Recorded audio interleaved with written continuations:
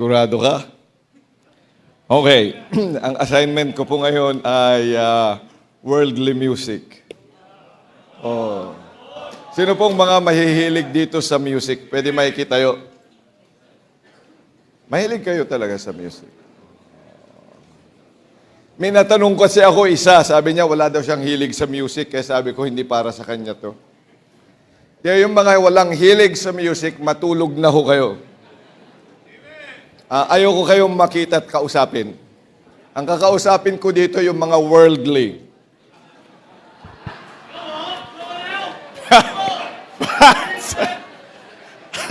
Ba't kayo bigla na, hindi ako nagpapaupo?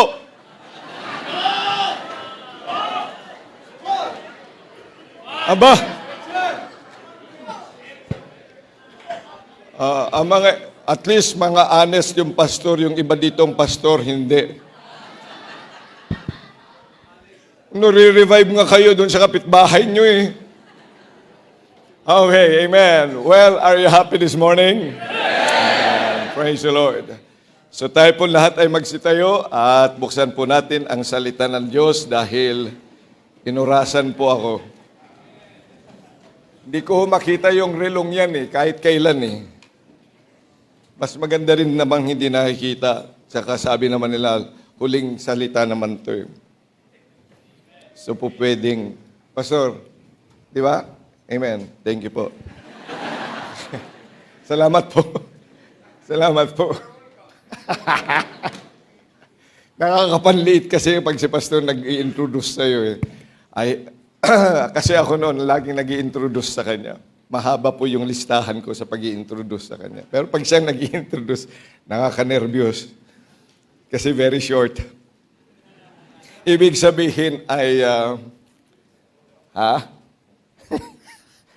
iksiyan ko lang yung salita. Just a few words this morning. Sanay po tayo dyan, few words. Okay. Psalm chapter 40. Psalm chapter number 40. Basahin po natin verses 2 and 3. Chapter 40, verses 2 and 3. Buksan po ang Bible. Yung pong walang Bible ay naiintindihan ko po kung kayo ay bago, pero kung kayo ay Bible student, siguro ay mag-umpisa ka ulit sa pre-freshman course.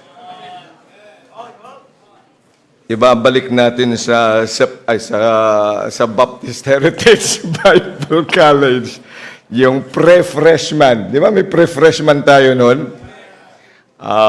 Pre-freshman, bago yan pumasok talaga sa Bible School. Meron yan. Ang tawag namin dyan, PFC. Okay. King James Bible ba yung daladala nyo? Sigurado kayo? Anong patunay ninyo na King James Bible yan? Parehas tayo. Okay. Yung pong mga walang Bible, alam po ninyo ngayon, bago kayo umuwi, papuntang inyong simbahan, magkaroon kayo ng kopya ng King James Bible. Marami po kayo ma-orderan dyan. May 10% ako doon, ha? Andyan po meron pa tayong pinagbibili dyan, Pastor? Meron siguro. Okay. Oh, kasi I believe with all my heart, have you been redeemed? Yes! Kung kagabi ay hindi ka panaligtas, ewan ko na lang. I think we should understand. Yung palang presentation on the redemption, on the story of Christ, was enough to move our hearts.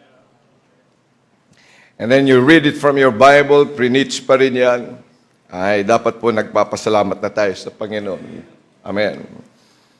And this morning, we would like to look at the truth that He also redeemed us from worldly music. He redeemed us. Verse number 2 and 3 said, He brought me up also out of an horrible pit, out of the miry clay, and set my feet upon a rock, and established my goings. And he hath put a new song in my mouth, even praise unto our God. Many shall see it and fear and shall trust in the Lord. Look at how picturesque, vividly, the Word of God describes where He has redeemed us. Again, let's read. He brought me up also out of an horrible pit. Pero mo yan, we were in a horrible pit. Talagang balon na wala ng pag-asa, madilim. Balon na nakakatakot. We do not know what lies ahead. It's a pit where we are hopeless. We are powerless. We are poor. We cannot do anything. A pit where every waste could be put in and should be covered. Nakita na kayo? Kayo ba yung nagpipispis ng inyong mga kinainan? Amen? Pagkatapos ay bawal ngayon kasi yung inilalabas mo sa kung saan-saan lang. Tapos nabubulok yan. So what do you do? Diba? Doon sa labas ng bahay, pwede kang gumawa ng ano yun? Yung a compost pit. Doon mo ngayon ilalagay yung basura at tabunan mo na lang hanggang sa mabulok. Look at how picturesque that was. He said, He brought me out, up. Pwede namang tabunan na lang ng Diyos. Why bother for a waste? Why bother for a condemned person? Why bother? Tabunan mo na lang yun. Nangangamoy yun eh. At hayaan ng mabulok. Walang pag-asa. But look at the words. He brought me up also out of an horrible pit and out of the miry clay, and He set my feet upon a rock and established my goings. And He hath put a new song in my mouth, even praise unto our God. Many shall see it and fear, and shall trust in the Lord. May the truth of these words burn in our hearts and minds this morning. Our Heavenly Father, we are so thankful because we have your word. We are so thankful for knowing that you have redeemed us. The story of our redemption cannot really be taken for granted. I took the Son of God, God Himself, who is Spirit, has to come down and then be born like us, and then die on the cross, be rejected, suffer, just for us to be taken out of this horrible pit. Maraming salamat po, dakilang Diyos, na nawa sa bawat natututunan namin sa inyong salita, makita po namin that we as unworthy vessels, na dapat nga pong tinatapon na, tinatabunan, sinusunog. Wala po naman talaga kaming pakinabang. Pero maraming salamat po na sa inyong biyaya. Ipinakita mo, Panginoong Diyos, ang pag-ibig mo sa amin na hindi dapat naming pagdudahan.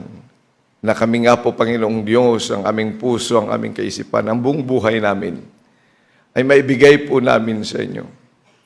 Hindi mo lang po kami inahon doon sa masamang klase ng buhay, doon sa kapahamakan, doon sa impyerno. Binigyan mo pa kami ng mga bagong awit. Ang amin pong mga bibig na masasama, na nanggagaling dito ang pagmumura, na dito nanggagaling ang mga masasamang salita, ang mga kasinungalingan, ang mga bagay na lumalaban lagi sa inyo. But Lord, you have put a new song in us. Thank you very much for this privilege. Kaya nga po, hinihiling ko ng bawat isa na naririto ngayon, mga delegates, maunawaan namin ang presyo, ang halaga ng inyong pag-redeem sa amin upang bigyan kami ng bagong awit. At ito nga pong mga awiting ito ay maging buhay namin to always harp the praises that you deserve, that many shall see it and fear, and that others also will trust you. Thank you very much for this opportunity. In Jesus' name, amen. Okay, please take your seats.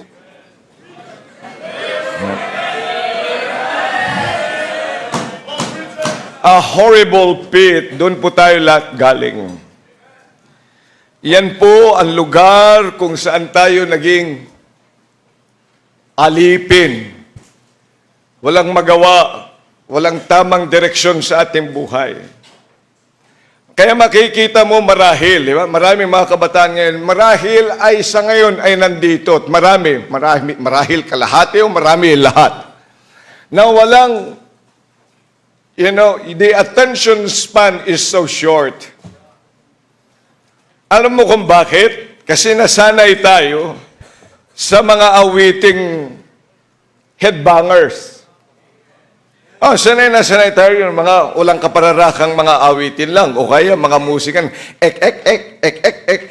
espelekitek-tek-tek. Yung paulit-ulit lang. Tingnan mo, ang mga awiting yan, kuminsan at mga musika, ay walang ginawa kundi iyugyug yung katawan mo. Kasi ayaw niyang gamitin yung utak natin.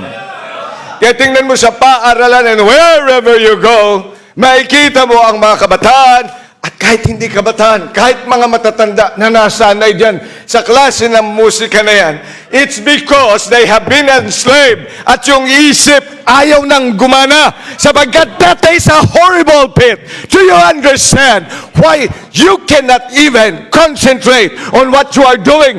Because you have been enslaved with this kind of music.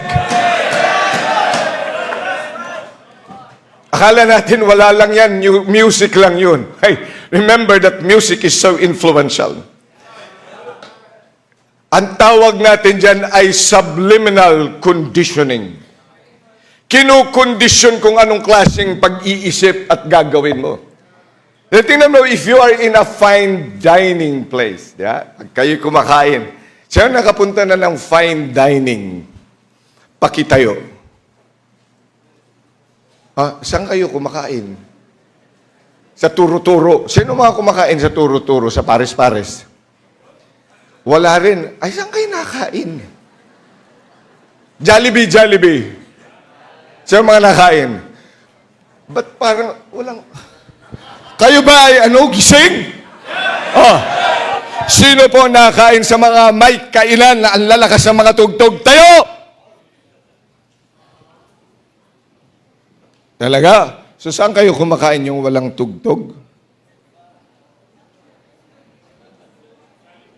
Jollibee? Sandali lang. At pa nagkakaintindihan tayo. Sila na. Pwede ba yung mga nakatayo na lang, kayo na lang yung... O yung mga hindi nakakaintindi sa akin, pwede bang tumayo na lang kayo? Hindi. Pag ako nagpipreach, gusto kong kayo ay makipag-cooperate, ha? Nandito kayo. Ilang oras lang tayo dito? 2 oras lang. Pumunta na ba kayo sa kainan ng mga maiingay? Pakitayo.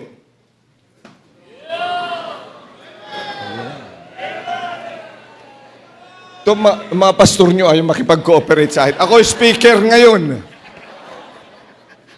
Okay. Bakit mabilisan yun? Alam mo kung bakit? Kasi fast food yun.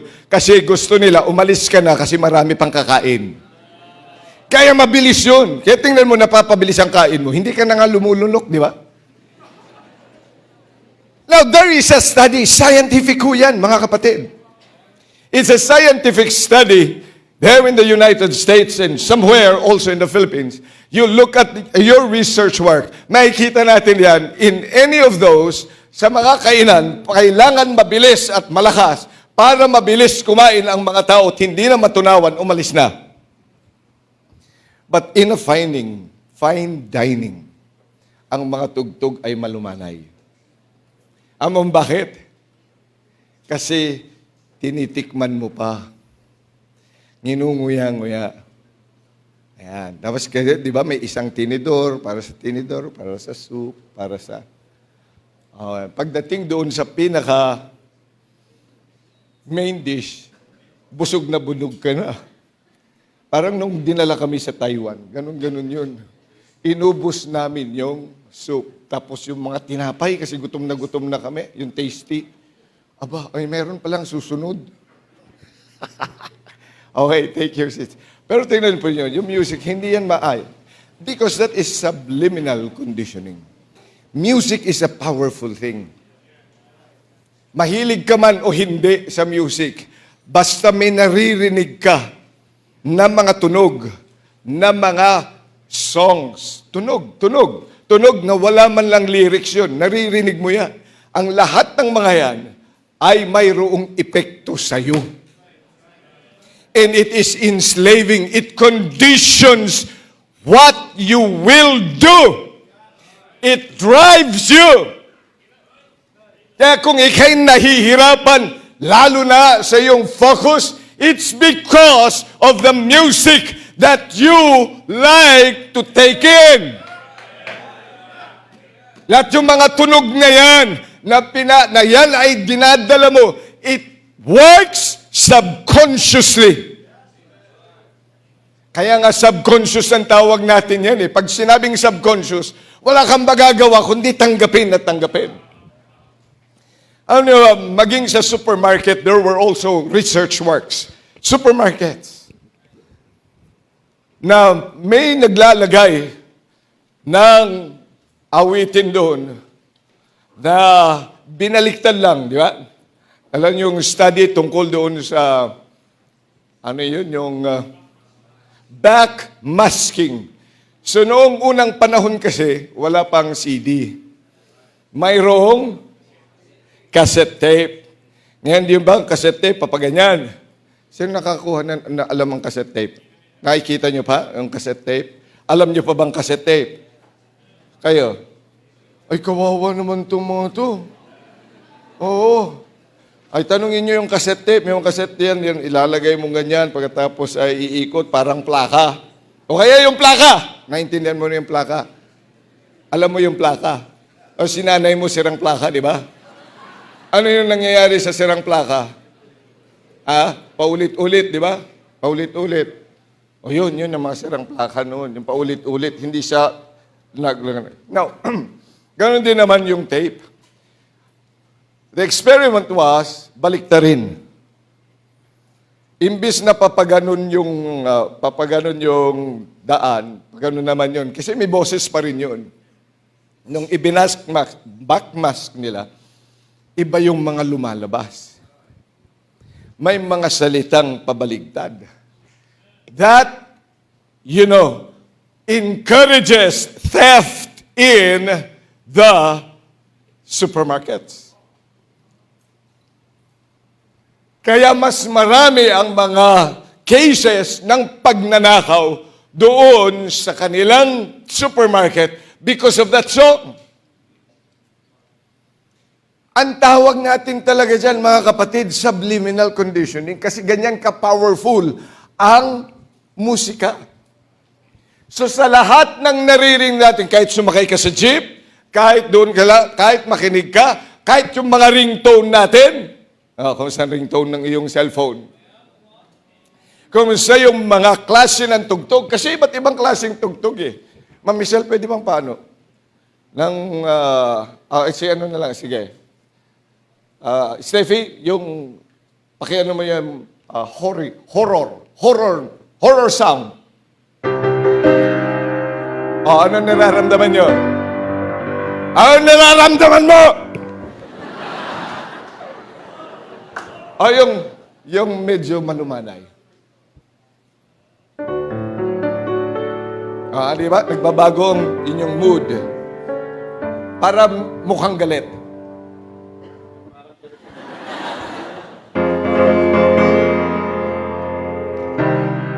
Di ba? Kahit tingnan nyo pag nanonood din kayo, di ba? Kahit na hindi naman nakakatakot pero natatakot ka.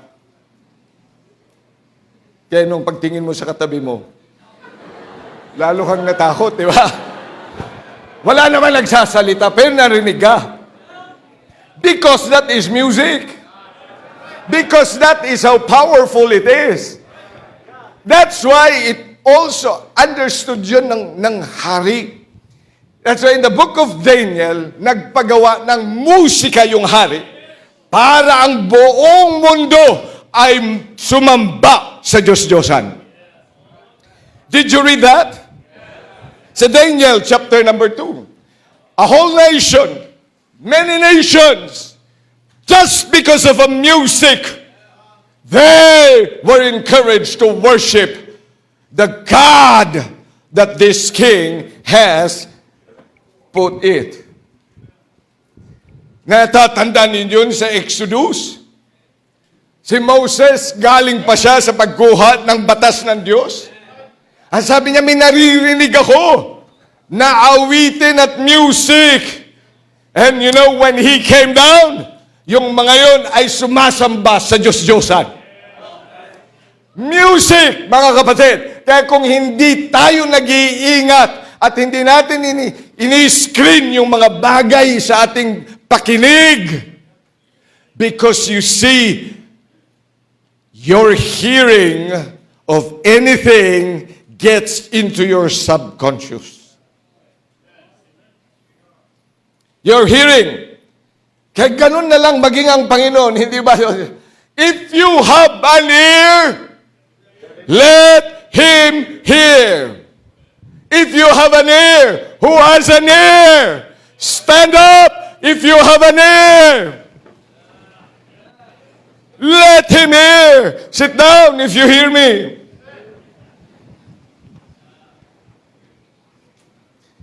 Kasi nakikinig, napapakinggan natin at lalo na yung musika na yan pumapasok. At yan ang umaalipin sa atin. That is an horrible pit. Kaya tingnan mo nga, kahit noon, ewan ko lang kung naintindihan nyo pa yung awitin ng isang napakatanyag na lahat na yata, pati yung mga member ng church ay kinanta, Papa, don't preach. Pero mo yun? Tanda mo pa yun, Sir Jess? Oh, yan. Sino yung kumanta nun? Oh, si Madonna. Kilala niyo ba si Madonna? Oh. Pero may mga awitin nilang yan. Pagkatapos yun, yung iba naman medyo malumanay.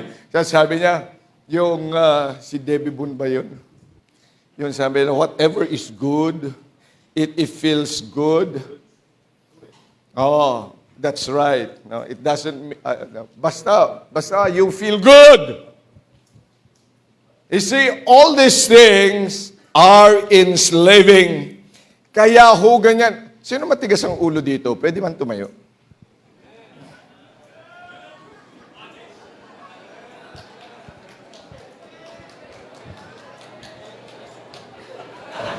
Sinong mga matitigas ang mga ulo? Maging honest kayo. Redeemed na kayo eh. Pati ba naman sa kasinungalingan, hindi pa rin ikaw naaalis dyan? Oh. Si pastor nga nakatayo. Amen. Ano, bakit? Kuminsan gusto mong bumait pero di mo magawa? Eh, paano nasanay ka yan sa ganyang awitin, di ba? Gusto kong bumait, pero di ko magawa. Gusto kong bumait, pero di ko magawa. Ek. Salamin.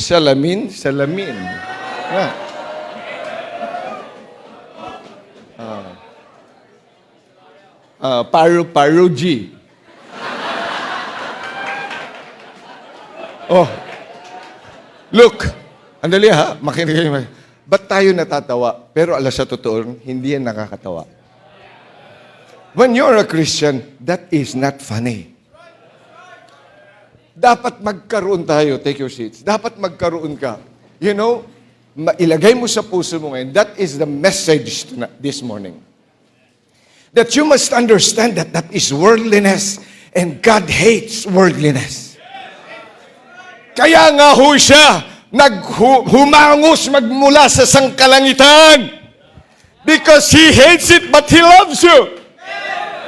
He loves me. He loves all of us. He loves, for God so loved the world, but He hates where we are. We are in a horrible pit. That's worldliness. Tingnan niyo si James chapter 4. James chapter 4. James chapter 4 and verse number 4.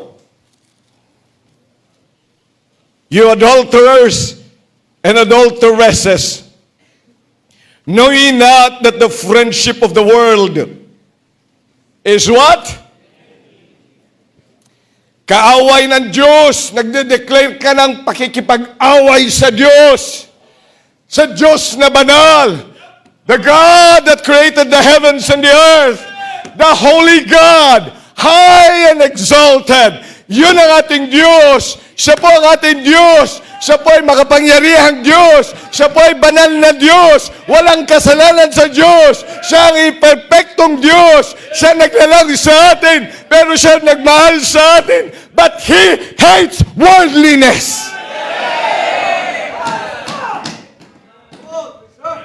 God hates it. It's an enmity against God. Whosoever therefore, let's look at that verse. Whosoever therefore will be a friend of the world, look at the next phrase, is an enemy of God. Kaaway tayo ng Diyos. Nagdedeklara tayo ng pagkikipag-away ng Diyos if we entertain a worldly music in our lives. How sasabihin mo, mahal ko naman ang Diyos? We always say, Lord, I love you. But your song is worldly, but your music is worldly, but your heart is inclined to worldly music, but your mind is inclined for worldly music, but your body chants and moves with the worldly music. Your feet stamps for the world's music. Ang sasabihin mo na, ni kaibigan ko, ikaw, yung katabi mo ba yung kaibigan mo? O kaaway mo? Kaya pala hindi kayo nag-uusap eh. Pero pag yan ay kaibigan mo, mas magkatabi kayo. Di ba? Mas sarap makipag you stay together. Pero kung kaaway mo kaya katabi mo. Kung kaaway mo yung katabi mo, will you sit really as safe as you are seated now? Pero kung kaaway mo ito, nakahanda na siguro baril mo, nakahanda na yung punyal, nakahanda na lahat. Nakahanda na lahat yung mga gagamitin mong pang rest back, di ba? Kasi kaaway mo yan eh. Hindi ka makapagpahinga. Ang sabi ng Panginoon, worldliness is just declaring enemy against God. Kaya kung hindi ka conscious sa music, doon sa awitin na iyong pinakikinggan, na iyong binibigyang pansin, na doon sa inyong kwarto mag-isa ka, walang nakakaalam, but you are declaring war against God. God has redeemed us. Kaya tingnan po ninyo, sabi ng Panginoon, 1 John chapter number 2. Love not the world, verse number 15, love not the world, neither the things that are in the world. The things that are in the world. What are the things that are in the world? Those music that are worldly. Those music that exalt self. Yung mga awitin na para sa sarili. Yung nag-exalt sa ating gusto. Kasi nga gusto lang natin. But never exalts God. That is a worldly music. Yung worldly music ay just to cater for our emotion. Dahil karapatan, pati ba naman pintog ng puso, pinakikialaman? Marami sa atin, that's our music. Kaya alam niyo yung mga malapit magpatiwakal? Kasi sa kapagpakinig ng mga love songs. Mamahilig sa mga love songs? Sana. Isang linggong pag-ibig? Ano ba mga love songs na paborito nyo? Lonely Table? Si Sir Ramir, ano mga paborito nyo yung love song? Sana dalawa ang nguso ko. Ay, ang puso ko pala.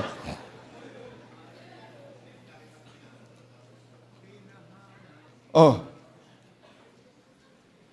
Tapos mag-April boy ka pa. Di ko kayang tanggapin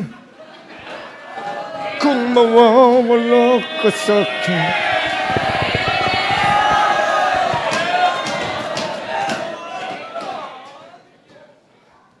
At tingnan mo, nawawala sa ministry.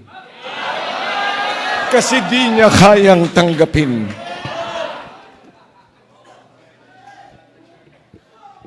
Makinig ka maigi sa akin. That's enslaving. That's worldliness. And God hates it.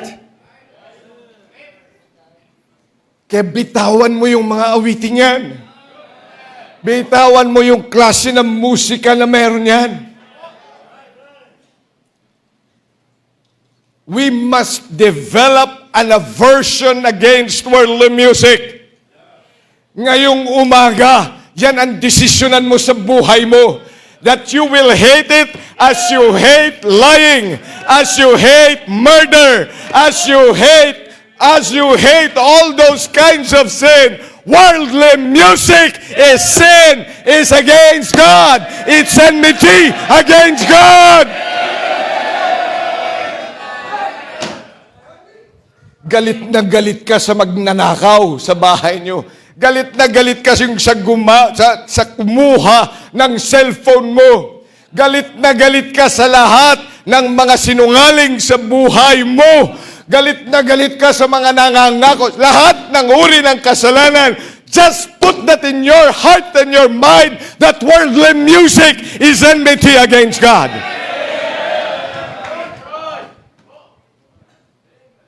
Alam mo kung bakit ang lahat, marami sa atin are not excited really to come to church? Kasi nga langung-langu tayo sa musika ng sanlibutan. Panunood mo pa lang ng mga reels, hindi ba may music na? Kaya wag mong sabihin sa akin, hindi ka naman talaga nakikinig. Nakikinig ka sa mga telenovela, sa mga drama, na nandoon yan sa television, doon sa iyong Facebook, may musika. And all these things come into our hearts and our mind. Kaya sabi ng Panginoon, love not the world, neither the things that are in the world. If any man love the world, the love of the Father is not in him. See, you may say you love God and you hate the things of the world. Pero yung music mo,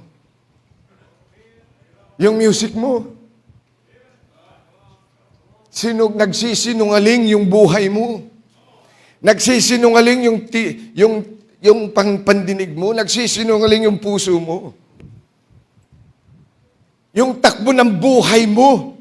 Nag-i-entertain ka ng mga bagay na yan. Kaya bilang mga anak ng Diyos, instead of loving the things of the world, develop a hatred against sin. Dapat yan nga po ang lagi mong inilalagay doon sa, when the pastor, every after service, dapat ang isang mananampalataya, because we have been tainted in the world because of the music that we hear, that we subconsciously accept, ay dapat lamang na yan ay binabantayan at yan ang isinusuko natin sa altar. Kaya hindi tayo epektibo sa ating mga ginagawa because we have loved the things of the world, and worldly music plays a great part of it. Kaya lagi ko rin sinasabi, I don't like the piano in the church to be used for any music. Gagamitin lang yan para sa Diyos. Kahit pa mag-aaral ka ng mga basics, pagkatapos ipapatugtog sa'yo, ay ang mga musika ng sanlibutan, get out from that church! I don't like you to be playing it there because it's enmity against God. Ayoko na ang Diyos ay magagalit sa simbahan dahil naririnig niya the things that are of the world. It's enmity against God.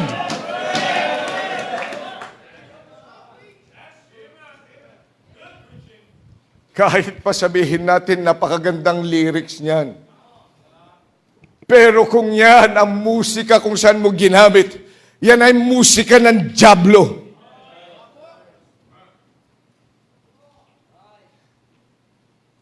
Hindi po pwede yan dahil galit ang Diyos sa mga bagay na yan. For all that in the world, verse number 16, for all that is in the world, the lust of the flesh. Yan, at nakikita natin, ang worldly music para talaga sa flesh. Fleshly talaga yan eh. Kaya nga napapaindak ka, kaya gustong-gusto mo, kaya nabubuhay ka eh. Kaya yun ang ginagamit ng sanlibutan at ibang mga simbahan, kaya may rock and roll na doon sa kanilang simbahan. Kaya may mga drums, lahat na lang yan. May mga headbangers na sila doon sa simbahan. Kasi mas masaya nga naman. At pinaltan nila yung mga pew ng mga bagay na yan kasi mas magandang magsayawan na. Nagra-rock and roll na sila. Pero ginamit nila yung Amazing Grace. Sample, sir.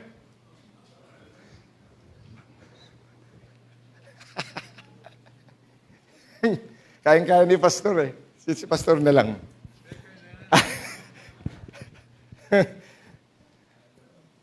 How great thou art!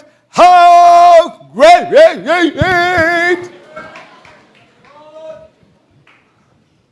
Pero mo yan, lahat ng gagamitin natin yan, pero wag mong gumamit ng masamang plato. Hindi po pwede yun. The vehicle is wrong. Ang ganda ng ilalagay mo. Pagkatapos, the vehicle of it is wrong, the music is wrong. Naintindihan mo? Pag sinabi kong music kasi yan, yung tunog lang. Paglapat ng tunog. Tunog, musika. Yung salita, yun yung liriko. So kaganda nga naman. Diba, maraming mga rock music, mga rock stars, na sabi nila ay naging Christian na sila. Kaya ngayon kumakanta na sila ng Christian song.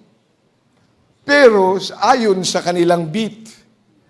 Ayon din lang sa kanila paano dinideliver. Yung tinatawag natin na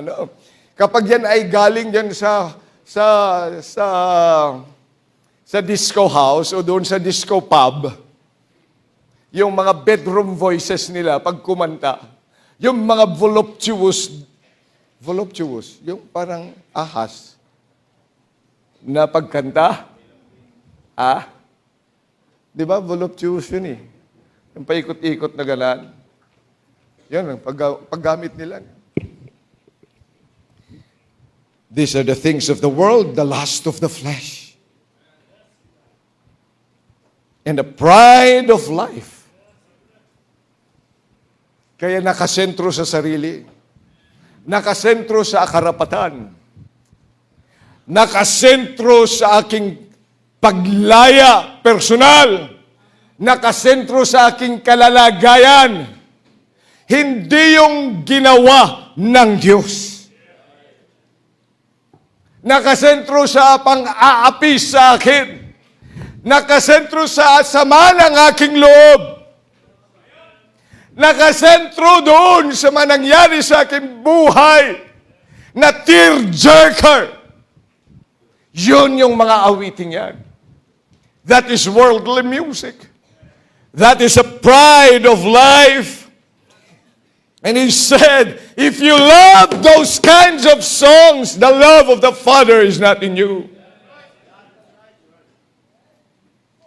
Kaya tingnan mo, napaka-emosyonal mo kapag napagalitan ka ng salita ng Diyos. Laging ako na lang yung mali. Wala naman kayo nakikita kundi ako lang eh. Bakit sila? Bakit siya? Bakit ganito? Amo, yung musika mo. Tingnan mo yung musika mo. Ano mang pinakikinggan mo? Siguro yun din ang dahilan bakit maraming mga magagaling mag-artista. Kahapon nga nanonood ako sa mga yung skit. Ano pastor? Meron ba tayong eskwelahan ng theater arts? Sino pong tagapagturo nila? Yung mga artista dito nung kagabi. Si Paps? Biro mo yung emote na emote? Talagang ang gagaling Wala naman tayong paano ituro kung paano dapat ganito o ganyan. Parang sila talaga yun, Si Barabas? Naku, talagang si Barabas na yan eh. Wala nagturo. Kasi that is what we are. Worldly. Ang sabi ng Panginoon, horrible pit yun. Tapos hanggang ngayon, daladala mo, pati sa choir. Pati sa Sunday school, daladala mo. Biro mo, pati sa mga ministry. Ngayon, pag nakaupo ka rin, daladala mo. Ay dapat isuko mo na yan dyan sa Diyos. Ang sabi ng Panginoon, don't you know the story of your redemption? It took a God being worshipped by millions and billions of angels. He is living in the splendor of heaven. But because He loved you, nakita niya tayo, na tayo'y alipin na, nandun sa horrible pit, walang magawa, andun lang paikot-ikot yung ating buhay, at yan ay basura na dapat nang sunugin one day. And yet He said, I have to come down. No one, He could have said, get out by His word. But He has to come down and become a man. He could have sent a representative at sasabihin niya, Pastor Ed, puntahan mo yun, dalhin mo yan. But He said, I have to come down. You see the God of heavens, that who created the heavens and the earth, who eternally is God, He came down. At ngayon sinasabi mo yun, I am redeemed. Redeemed by... sige nga, kantayin natin. Ready, Ed? Redeemed to proclaim. redeemed by the blood of the Lamb.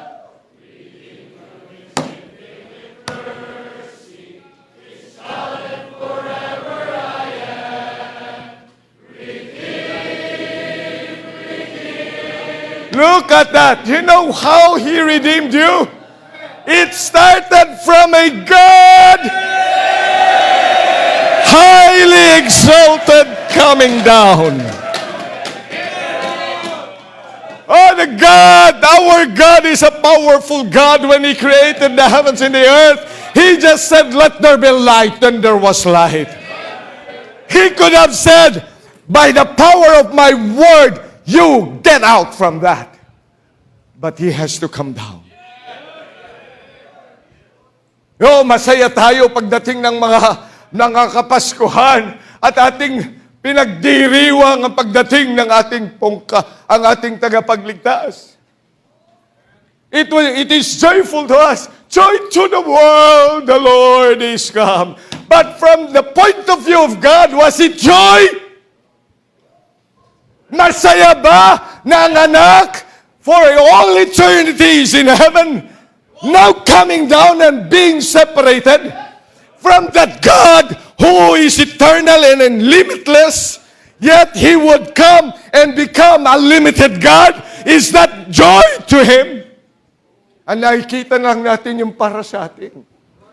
But we have not seen that eternal God's heart who would give up His own Son, and that God's Son who would give up His body and be separated from His Father and the Spirit. And then when He came to His own, yet His own received Him not. That's the price of our redemption. That was the price why He came, because He hated where we are. He hated worldly things. He hated that worldly music because He established the music in heaven, and yet the devil started creating his own music.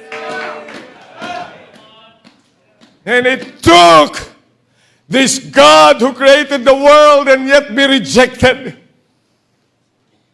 Buti sana kung siya ay ipinanganak sa isang palasyo, sa isang hari, naghahandaan lahat, nandun na silang lahat.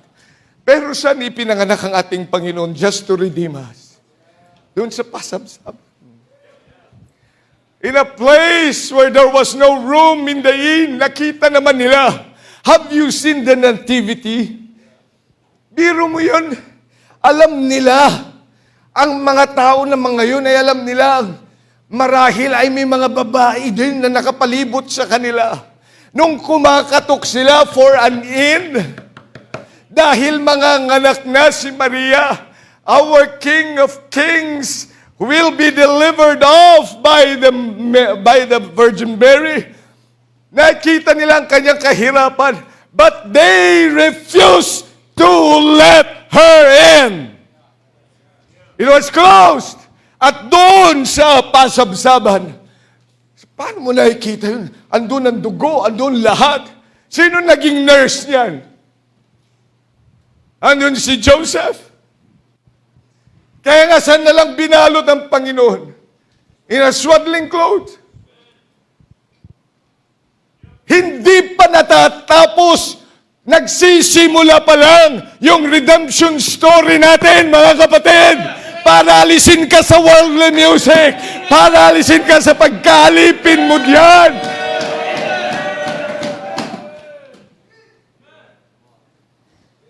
And then he grew up a poor son of the carpenter. And then he started preaching. And many derided him for his preaching. Until he was accused of sin that he did not commit. Buti sana kung tayo yun kasi tayo nagkasala. But he never committed that. He was just preaching the truth that He is from above. He is preaching that He is the Son of God. He is telling them that I am the way, the truth, and the life, because I want to come and to give you life. That was His preaching. That was the true preaching. But they did not like Him. But nonetheless, he kept on preaching because He loved us, because He wants to redeem us, because He wants to take us out from that horrible pit.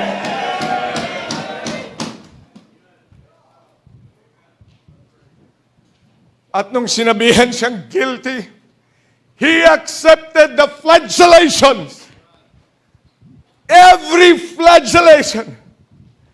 Every time the soldiers beat him with the flagellate, biro mo yung laman na lumalabas habang hinahaltak nila at yung dugo na dumadanak, pero tiniis ng ating Panginoon.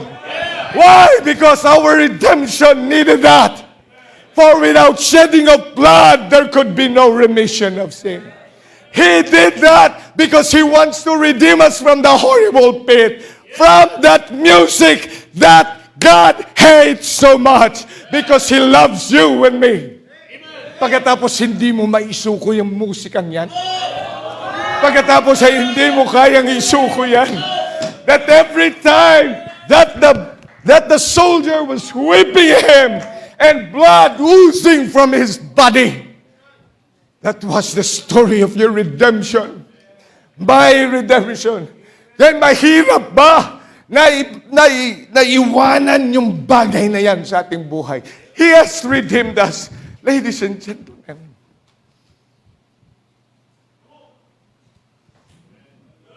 and then He carried the cross.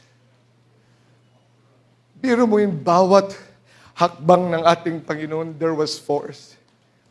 Yung pinipilit na ampatin na dugo dahil nila binalabal ulit sa Kanya. Di mo natatandaan na kapag yan ay may sugat at may puwersa, lalong nag-open up yung wound at dumadanak ang dugo. Pero tiniis nun ng Panginoon. Tiniis niya yun that every time He would fall. And then up there in the cross, He was crucified. Tiniis lahat ng Panginoon ng lahat ng mga bagay na yan para ikaw at ako ay hanguin lamang doon sa horrible pit, doon sa mga umaalipin na kasalanan sa iyo at sa akin, sapagkat yun na magdudulot ng masamang buhay, ng masama na kahit kailan ay hindi mo maiisip how it would be without God's redemption. All these things He did for you and for me. Kaya kung nandyan ka pa rin, patuloy mong mamahalin ang iyong worldly music. I'll tell you, you have missed the love of Christ. Kaya mga kapatid, there is a new song. There is a new song. Then there's the Revelation, and I'm closing. Revelation.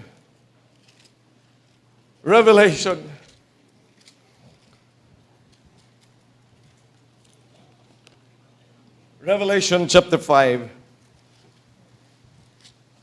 verse number 9. And they sang a new song, saying,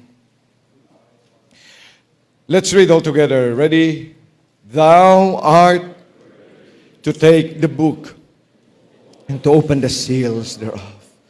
For thou wast slain and hast redeemed us to God by the blood out of every kindred and tongue and people and nation, and has made us unto our King and priests, and we shall reign. That's the new song.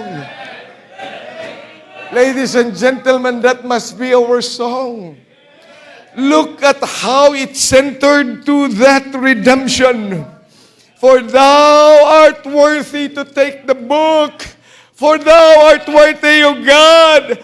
Bakit ho? For thou art worthy to open the seals. Yan po yun, ikaw, Panginoon. You are worthy of all these things. You are worthy of my music. You are worthy of the praises of my lips. Dapat yan ang sinasambit ng ating bibig na dati ang ating mga sinasambit sa sarili, sa sariling karapatan, sa ating mga gusto, sa ating buhay, sa mga kapaitan sa ating buhay. Dapat ngayon ang sinasambit ay yung mga bagay, the blood that was shed for my sin. Yun ang dapat nagukupa sa bibig at sa awitin na yan. For thou wast slain and hast redeemed us to God by the blood of every kindred and tongue and people and nation. Yan ang dapat na awitin na natin ngayon. Yan ang bagong awitin ibinigay sa atin ng Panginoon. And you see, and has made us, I had made us unto our kings and priests, and we shall reign on the earth. Yan bang awitin mo na, kapatid? Pasalamat ka, may bago na tayong awitin. Mahalin mo yan. Yan ang dapat na mamumutawi sa'yo. Tingnan mo yung mga awitin mo, isuko mo na yung mga awiting para sa sarili. Yung mga musika na para lamang sa flesh. Mahal, masigit, ikaw po ay gamitin ng Panginoon. Let's all stand up, please. Muli, dakilang Diyos, maraming salamat po sa pribilehyo na iba'y pangaral ang inyong salita. Nawa, Panginoon, matutunan ng bawat isa sa amin, isuko ang mga dapat naming isuko sa inyo sa pangalan ng Panginoong Hesus.